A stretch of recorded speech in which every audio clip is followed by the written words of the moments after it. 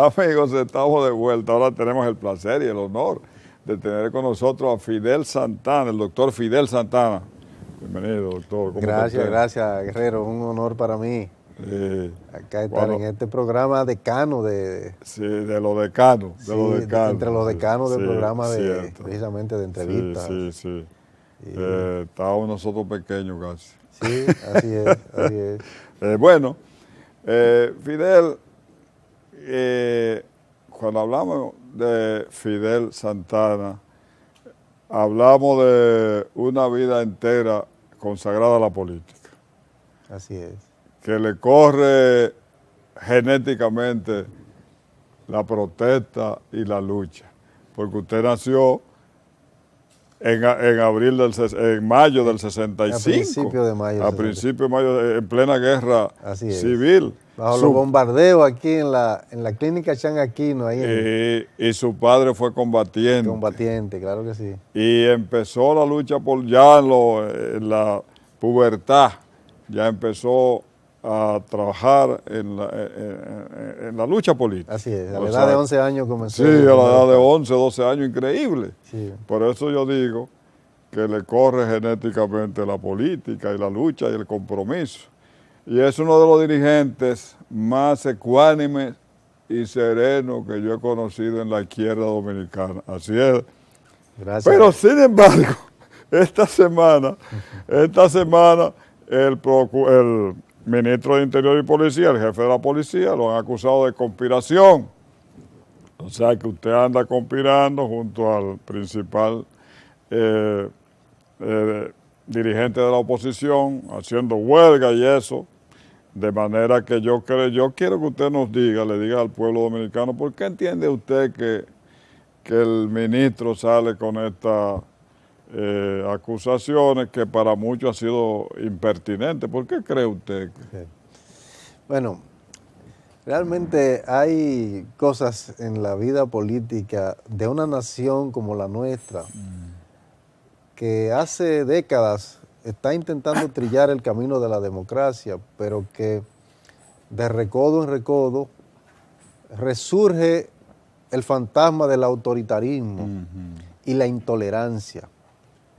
Porque ciertamente yo estoy asociado con Luis Abinader y con Juan Uvieres en un plan para desplazar del gobierno a Danilo Medina, en un plan que toda democracia es legítimo, que es la de construir una opción que por medio al voto lo desplace. Pero parece que el autoritarismo y la intolerancia de este ministro asume que eso es una conspiración. Si es una conspiración, proponerle al país una candidatura a la presidencia diferente, un programa de gobierno y un conjunto de líderes que van al Congreso, a los ayuntamientos, si eso es una conspiración, pues yo soy un conspirador, porque ciertamente estamos pretendiendo y vamos avanzando firmemente en ese propósito de desalojar del palacio a un gobierno que no ha hecho más que cundir al Estado dominicano de una serie de mecanismos, digamos, mafiosos, de una gran corruptela que no ha logrado resolver ni uno solo de los problemas fundamentales de la nación.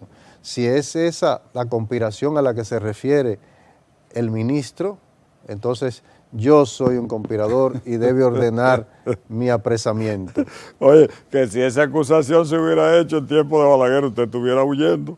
Eso. Pero mire que a mí me llegaron a hacer esas conspiraciones en gobierno de Balaguer y en otro, bueno, el gobierno de Jorge Blanco me allanó mi casa y me apresó y me mantuvo en las ergástulas del Palacio Nacional, acusado de una conspiración junto a los macheteros de Puerto Rico en el año 85, usted recordará eso. Sí, sí. Entonces yo me he visto en mi vida, ese ha sido en varias situaciones como esa, pero nunca una tan ridícula ni tan fuera de contexto como la que lanza este personaje que no entiende su rol. Porque mire que un ministro de Interior y Policía, su responsabilidad fundamental es la seguridad de la gente. Y en eso ha sido el fracaso más rotundo este señor. El otro día decía que la delincuencia era percepción lo que había. Y entonces en las redes se desató una ola y surgió hasta un nuevo verbo. La gente cada vez que lo atracaban decía, me percepcionaron, ¿verdad? Ajá. Acaban de percepcionarme, porque este ministro ni siquiera se da cuenta la situación calamitosa en la que está la gente. Aquí no hay un padre que cuando salen sus muchachos a pasear al cine o a la discoteca, duerma tranquilo, porque no se sabe si regresan los muchachos. Es más, uno sabe que sale de su casa, pero no sabe si va a regresar bien en la noche, como están las cosas en el país. Y a eso es que debería dedicarse el ministro, que por cierto está muy distraído como jefe de campaña de una de las provincias del reeleccionismo.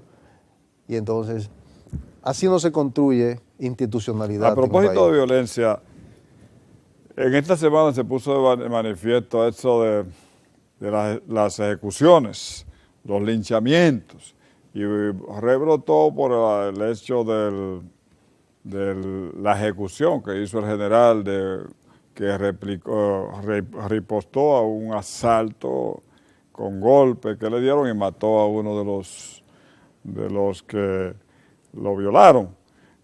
¿Qué le parece a usted este asunto de los linchamientos que se están dando en los barrios?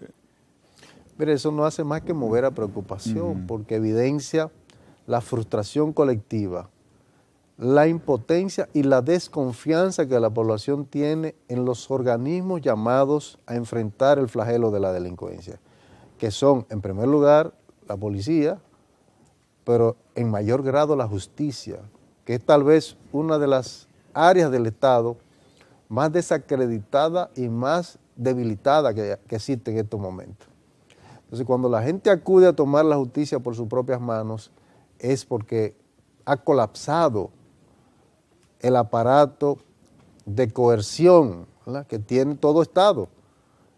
Y entonces es altamente preocupante y debe movernos sencillamente a un relanzamiento de una estrategia de seguridad y de justicia.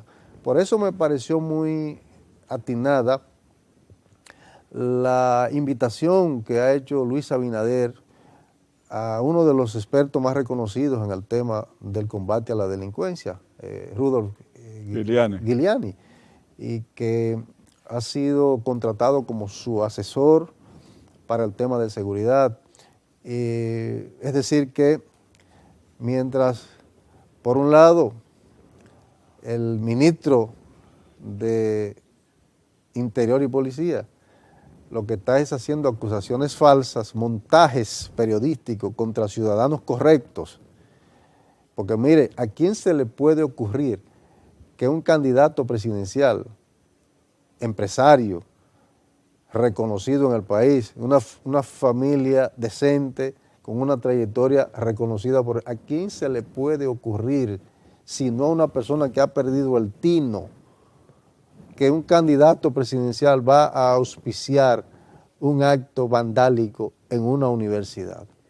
Solo alguien que no está en su sano juicio, ¿verdad?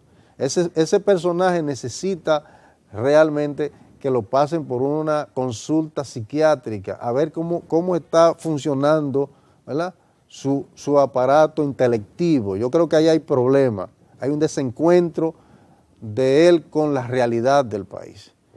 Entonces, mientras la oposición, encabezada por Luis Abinader, está preocupada por encontrar respuesta a los problemas que ese ministro debería estar atendiendo, él se ocupa de andar precisamente armando telenovelas, de auspiciar cualquier cantidad de elementos que andan espiando la vida privada de la gente, porque a eso es que se dedica, a auspiciar espionajes telefónicos y a andar vigilando los empresarios y la gente y a auspiciar todo tipo de prácticas ilegales. Entonces, ¿cómo puede avanzar un país? No es posible bajo ese estado de irrespeto por las leyes y las instituciones. Doctor, Se esperaba cuando hace un tiempo que en el desarrollo de la campaña, pues al final se formaran dos bloques verdaderamente amplios de políticos, pero a esta semana ya se fueron a consagrar o a suscribir cada uno de los bloques, cada una de las alianzas en la Junta Central Electoral, y vemos que hay un 19-5, que la alianza de los partidos que apoya a Abinader solo son 5 contra 19 que suscribieron alianza con el PLD. Este desbalance, ¿cómo lo ve usted?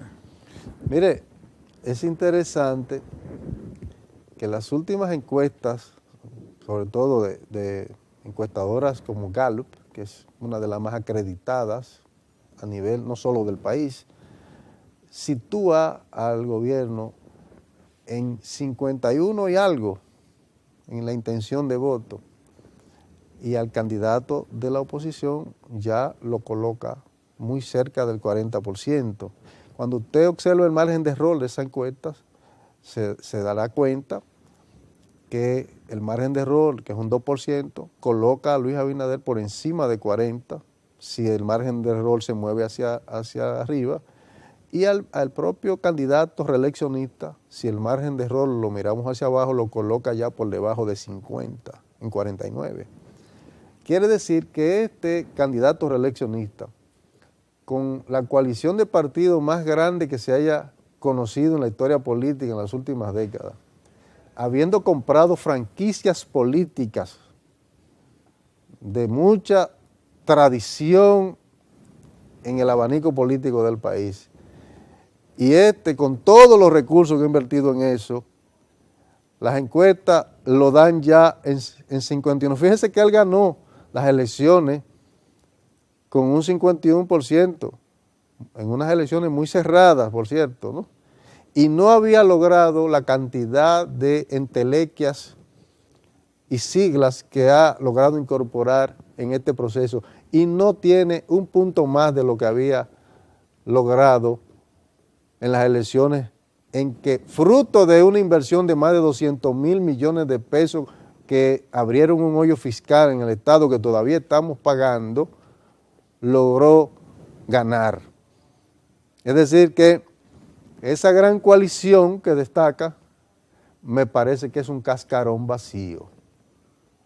Estoy seguro que Luis Abinader, con 4 o 5 organizaciones políticas que los estamos respaldando, tendrá el mayor apoyo político que el candidato de la oposición haya conseguido contra un proyecto reeleccionista como este. Bueno, yo siempre he dicho que el mercado electoral termina posicionando a los candidatos y que ni el PLD o el partido victorioso, en este caso, que como lo colocan todas las encuestas, va a ser muy alto ni va a ser tan bajito en el caso de Abinader.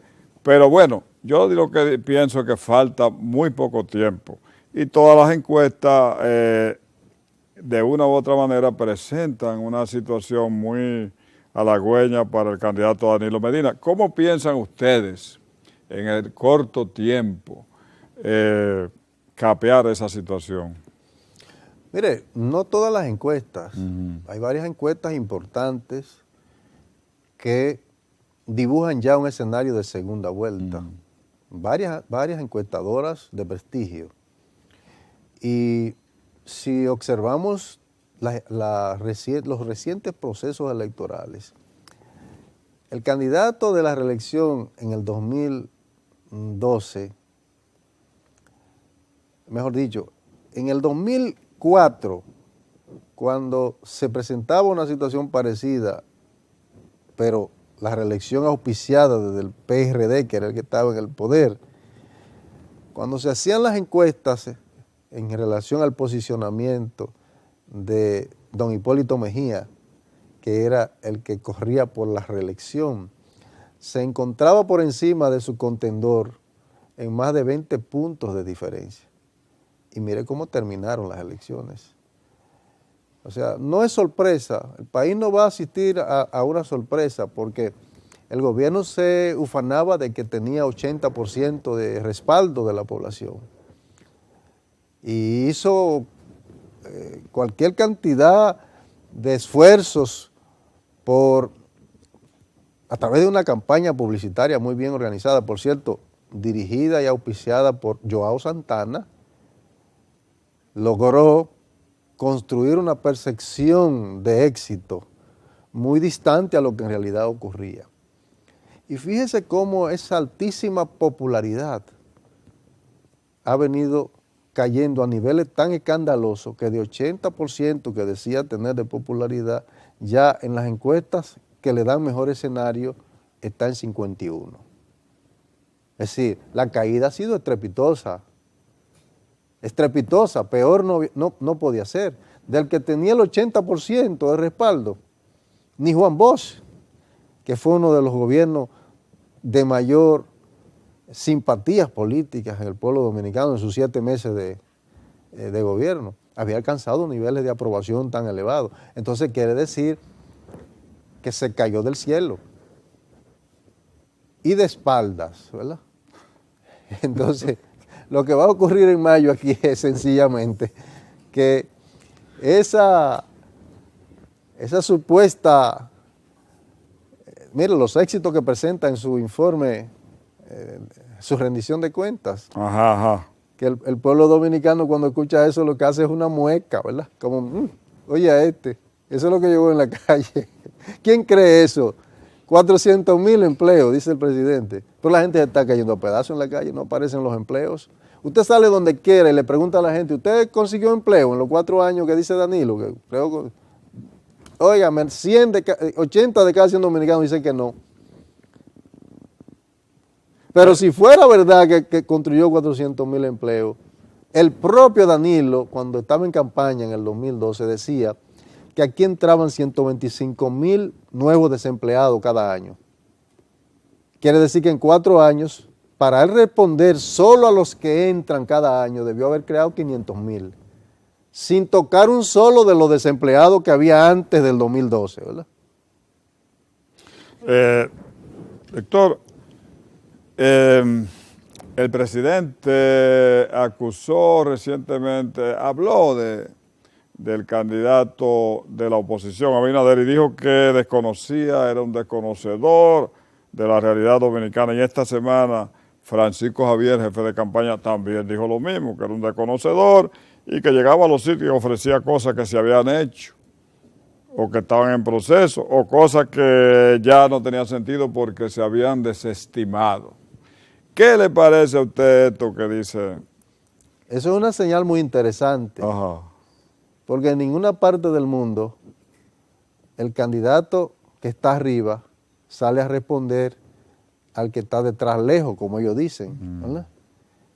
Ningún candidato que está cómodo a distancia del que viene detrás mira para atrás a hacerle caso, ¿verdad? Cuando un candidato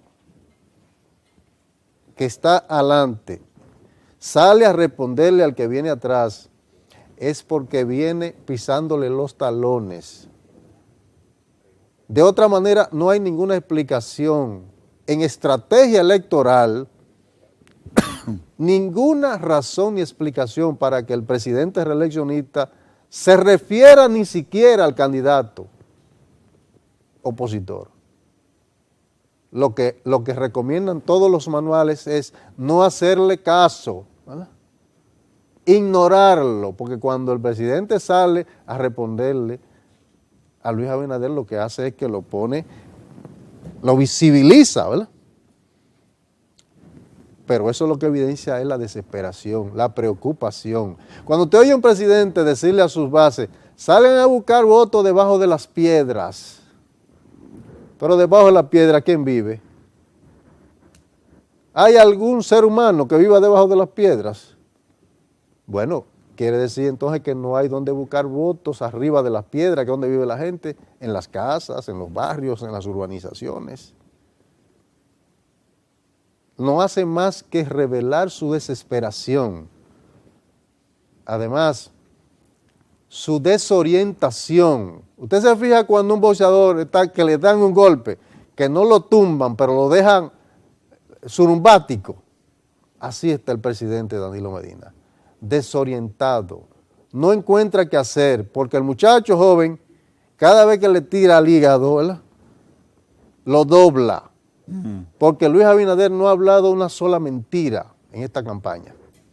Todo lo que ha sacado es absolutamente la verdad de lo que está ocurriendo en el Estado Dominicano. Dicen que no tiene propuesta, pero Luis Abinader tiene una propuesta de gobierno completa. Frente a cada problema tiene soluciones. Y entonces tienen que admitir que están desesperados y que el pollo se le volvió un gallo y está dándole en el cuello, ¿verdad? Luis Abinader será el presidente de la República. ¿Y usted cree que el debate va?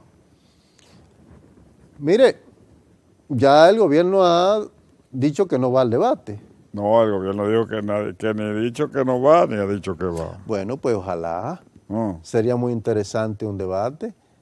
Un debate de la oposición con el presidente reeleccionista. En toda parte del mundo en la democracia los candidatos presidenciales van a debate, a mostrar sus ideas, y entonces sería muy bueno. Auspiciamos ese debate. Todo el país celebraría ese debate. Fidel, hace cerca de 20 años, aproximadamente 20 años, toda la izquierda de América Latina, del hemisferio, se entusiasmó con esa ola de gobiernos revolucionarios, de tendencias revolucionarias que estaban llegando a los poderes del Estado de forma pacífica, por medios electorales, pero gobiernos con un peso grande, como países inmensos como Brasil, Argentina, Venezuela, y otros de menos importancia, menos extenso, pero no menos importante, como Bolivia, Ecuador, Nicaragua, El Salvador, una ola inmensa. Pero al cabo de esas 2 décadas, pues de manera estrepitosa, pues se están desplomando y la imagen que dejan es que no saben gobernar.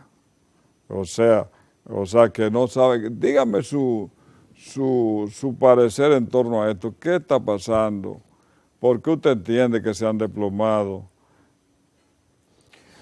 Mire, algunos se han desplomado, pero usted tiene gobiernos que se han convertido en paradigmáticos, no solo para América Latina. Hablar del presidente Correa,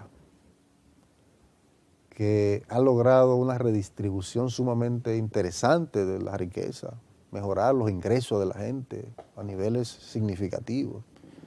Hablar de Evo Morales, primer presidente indígena en Bolivia, recuperó toda la riqueza natural de ese país, alfabetizó a ese pueblo, que era uno de los pueblos más atrasados en educación, llenó ese país de carreteras, de médicos. Ahí había regiones enteras que nunca habían visto un médico. Logros incalculables. O hablar de un presidente como Mujica. Es un hombre que pasa a la historia como un personaje fuera de serie. Un hombre que va a servir, que no le interesa en absoluto el negocio, el gobierno no como negocio, que al salir de su oficina, de su trabajo, iba a sembrar su huertico, ¿verdad? O que se movilizase en su cepillito viejo, ¿verdad? El presidente pobre. El presidente pobre, porque es una enseñanza grandiosa para los pueblos de América Latina, de un hombre de izquierda. Entonces, cierto, gobiernos como el venezolano, que ha estado atrapado en una conspiración permanente de los grupos oligárquicos, pero nadie puede negar que Hugo Chávez aportó a ese pueblo cosas grandiosas que nunca soñaba tener.